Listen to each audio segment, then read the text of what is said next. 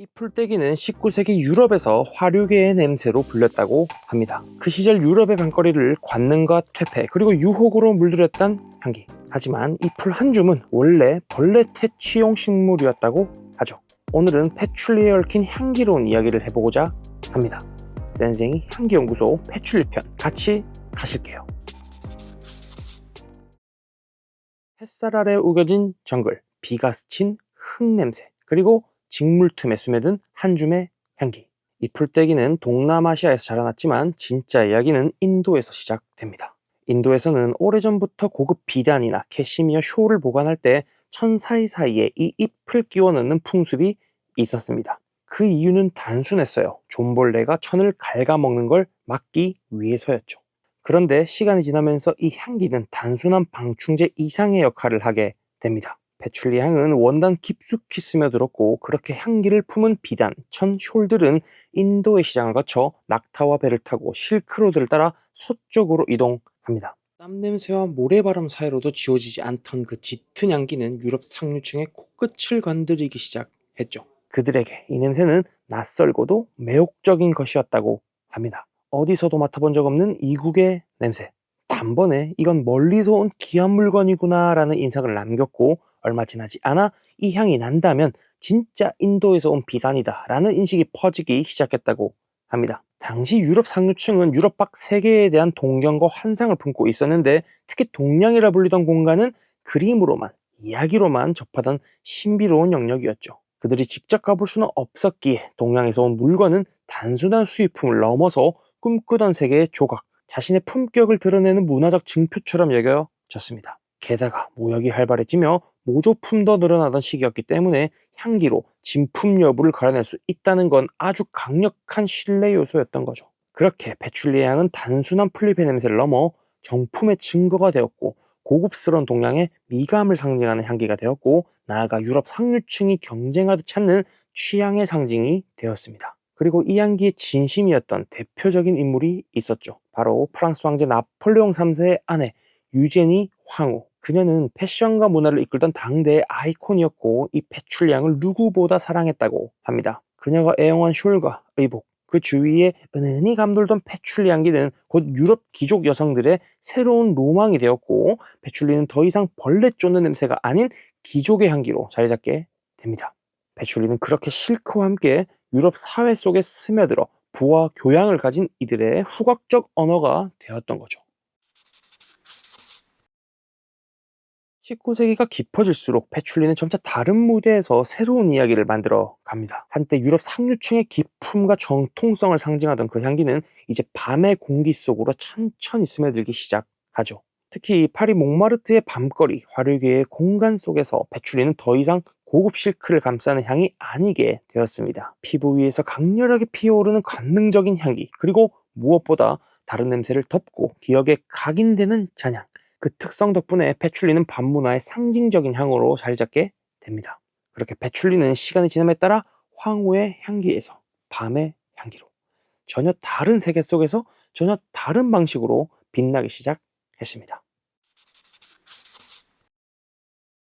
자, 여기서 패출리 향기는 도대체 어떤 향기인가 정리를 하고 넘어가면 좋을 것 같습니다. 저 같은 경우는 향수의 노트로 쓰이는 원재료 그 자체의 향기를 알아야 제대로 된 이야기를 할 수 있고 또 표현할 수 있다고 생각하기 때문에 늘 국내외를 다니면서 자연의 향기를 느끼고 기록하는 것을 정말 좋아하는데요. 이 패출리 같은 경우는 프랑스 그라스에서 살아있는 완전체를 만났었는데, 제가 특히 좋아하는 노트라서 그런지 너무너무 감동적이었어요. 모습은 깻잎 같기도 했고 그냥 넓은 잎을 가진 평범한 식물 같았는데, 굳이 코를 대지 않아도 진하게 느껴지는 특유의 향기는 저를 한순간에 매료시키더라고요. 제가 그 당시에 핸드폰 노트에 적었던 내용을 그대로 옮겨 볼게요. 신선한 잎과 말린 잎이 주는 뉘앙스가 분명히 다르게 다가왔었고요. 알고 있던 깊은 흙향이라기보다는 진한 녹색이 더 잘 느껴지는 향이었고요. 뭔가 풋풋함이 강한 풀냄새로 다가왔었습니다. 그리고 살짝 민투리 여부감이 있는 녹즙 같은 그런 습한 느낌이 느껴졌었고, 잎을 만졌을 때는 여러 허브가 섞인 향의 흙 비린내가 나는 느낌이라고 제가 적어 뒀었어요. 네, 그리고 말린 패출리와 패출리 오일을 시향해 보면서 적은 느낌으로는 막 비가 내려 흙이 젖어가고 있는 듯한 냄새, 검은 흙이 담긴 화분에 물을 준 다음 촉촉해진 흙에서 느껴질 법한 향, 식물의 껍질에서 느껴질 법한 그런 눅눅한 스윗 우디의 느낌, 그리고 표현하기는 애매하지만 인간에게서 날 법한 미묘한 온기를 담은 쿰쿰함과 향 자체가 깨끗하지 않고 더티한 느낌과 따뜻한 뉘앙스가 느껴졌었고요. 또 와이너리 투어 갔을 때 느껴지는 그 지하실 느낌이 연상되기도 했었고, 이끼나 곰팡내 같은 느낌이 있어서 일반적으로 그 기분 좋은 향이다라는 개념과는 그냥 거리가 멀어 보인다라고 적어 뒀었습니다. 네, 여러분들 센스 프레그런스에 제가 패출리 잎 놔두고 있으니까요. 오셔서 향기 맡아보시고요. 자신의 언어로, 자신의 느낌으로 패출리 향기를 익히시면 재미있으실 거라 생각합니다. 시간이 흘러 1960년대 후반, 패출리는 또 한 번 세상에 새로운 얼굴로 등장합니다. 이번에는 밤의 커튼 뒤가 아닌 햇살 내리쬐는 대낮의 들판에서였죠. 그 시대의 젊은이들은 기존의 가치와 질서에 반기를 들고 있었습니다. 그들을 사람들은 히피라고 불렀고 플라워 파워 세대라고도 불렀습니다. 머리엔 꽃을 꽂고 손엔 통기타를 들고 가방 속엔 향 오일을 챙긴 사람들. 그들이 즐겨 지니던 오일 중 가장 강하고 가장 오래 남던 향이 바로 패출리였습니다. 처음에 패출리는 어떤 용도로 쓰였냐면요. 마리아와 호아나 같은 사람들의 일상에서 빠질 수 없던 그런 어떤 그 녹색 식물의 냄새, 그것을 덮기 위한 용도였죠. 하지만 이 향은 금세 모든 것에 스며들었습니다. 청가방, 헝클어진 머리카락, 헌옷, 자루 같은 텐트 등등등. 그 어디에든 닿기만 하면 며칠씩 잔향이 남았습니다. 그렇게 처음엔 무언가를 감추기 위해 뿌렸던 향이 이제 그들을 가장 잘 설명해주는 자기만의 냄새가 되어버렸고, 또 어떤 이들에겐 나는 누구인가를 보여주는 방식이 됐습니다. 패출리는 그런 의미에서 히피 세대의 정체성을 담은 냄새였다고 볼 수 있죠. 그들이 말하던 자연으로 돌아가자라는 이상과도 너무나도 잘 어울렸거든요.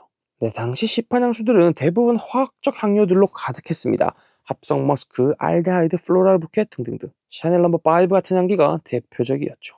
히피들은 그런 향기를 세상에 만든 가짜 냄새, 인공적인 틀이라고 느꼈다고 하는데, 그에 비해 패출리는 완전히 달랐습니다. 정제되지 않은 땅의 냄새, 거칠지만 솔직한 식물의 향기. 그건 도시의 향수가 흉내낼 수 없는 진짜 자연의 냄새였으니까요.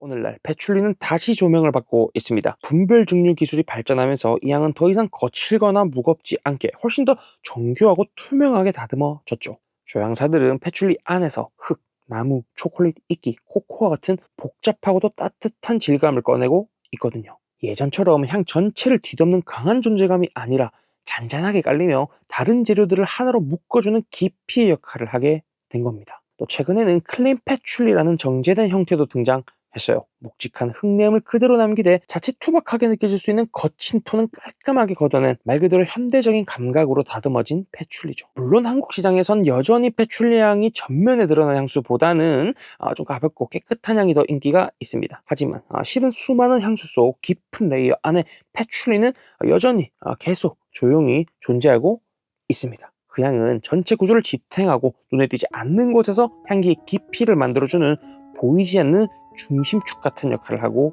있죠. 그러니 어쩌면 우리는 매일 패출리를 맡고 있을지도 모릅니다. 다만 그것이 패출리인 줄 모를 뿐이죠. 네, 여러분들 패출리 향기 궁금해지셨나요? 과거 유럽에서 유행했던 것처럼 패출리의 향기가 배인 원단으로 만든 숄, 스카프를 구매할 수는 없겠지만 그래도 괜찮습니다. 우리에겐 패출리 향기를 잘 담은 향수들이 있잖아요. 네, 제가 얼마 전에 유럽을 약 한 달 정도 다녀왔었죠. 그 기간 동안 딱 한 번 제가 다른 사람 향기에 뒤를 돌아본 적이 있었는데 바로 그 향이 패출리 향이었습니다. 스카프를 맨 여성분이었는데 톰과 제리에서 제리가 저절로 치즈 향기에 이끌리듯 저도 그 패출리 향기에 이끌리더라고요. 그래서 전 그날 바로 스카프를 하나 사서 패출리 향수 뿌리고 다니면서 패출리 너무 좋다, 영상으로 만들어야겠다 싶어서 오늘 센스쟁이 향기연구소 영상을 만들어 봤습니다. 네, 여러분들도 옷이나 스카프나 숄에 패출리 향수를 가볍게 뿌려보시면서 시각, 촉각, 후각이 섞인 공감각적인 즐거움을 느껴보셨으면 좋겠습니다. 네, 다음 시간에는 제가 패출리 향수들도 추천드려 볼게요. 향기로운 하루 보내세요. 센쟁이였습니다.